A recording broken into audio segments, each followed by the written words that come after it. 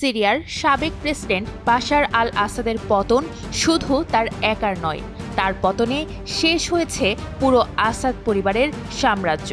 দীর্ঘ ৫৪ বছর ধরে আসাদ পরিবারের গড়ে তোলা এই সাম্রাজ্য হঠাৎই মুখ থুবড়ে পড়েছে। সবসময় শক্ত হাতে প্রেসিডেন্টের চেয়ার আঁকড়ে ধরে থাকতে চাইলেও আর পারেননি তিনি। বিদ্রোহীদের ১২ দিনের অভিযানে শেষমেশ সিরিয়া ছেড়েই পালালেন বাশার আল আসাদ। প্রশ্ন উঠছে, এখন কি হবে আসাদ পরিবারের? বাশার আল আসাদের ভাগ্যেই বা কি অপেক্ষা করছে? বিবিসি বলছে, বিদ্রোহী গোষ্ঠী হায়াত তাহরির আল শামের নেতৃত্বে দেশটিতে অন্তর্বর্তীকালীন সরকার গঠন হওয়ায় ক্ষমতাচ্যুত প্রেসিডেন্ট, তার স্ত্রী এবং তাদের ৩ সন্তানের ভবিষ্যৎ অনিশ্চয়তার মুখে পড়েছে। এদিকে বাশারের ঘনিষ্ঠ মিত্র রাশিয়া দাবি করছে, বাশারকে মানবিক কারণে মস্কোতে আশ্রয় দেওয়া হয়েছে।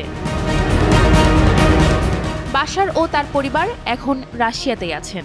বাশারের স্ত্রী আসমা ব্রিটিশ সিরিয়ার দ্বৈত নাগরিক।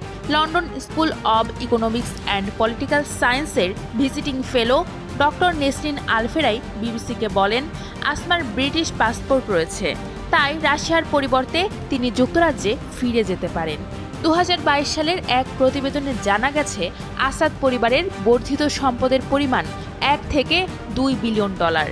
যদিও তার সম্পদের সঠিক পরিমাণ জানা কঠিন বলে প্রতিবেদনে বলা হয়।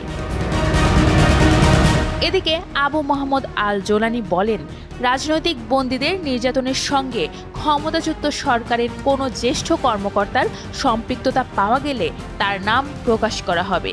তিনি বলেন, তার সিরিয়ান সালভেশন সরকার অন্য দেশে পালিয়ে যাওয়া কর্মকর্তাদের ফেরাতে চেষ্টা চালাবে।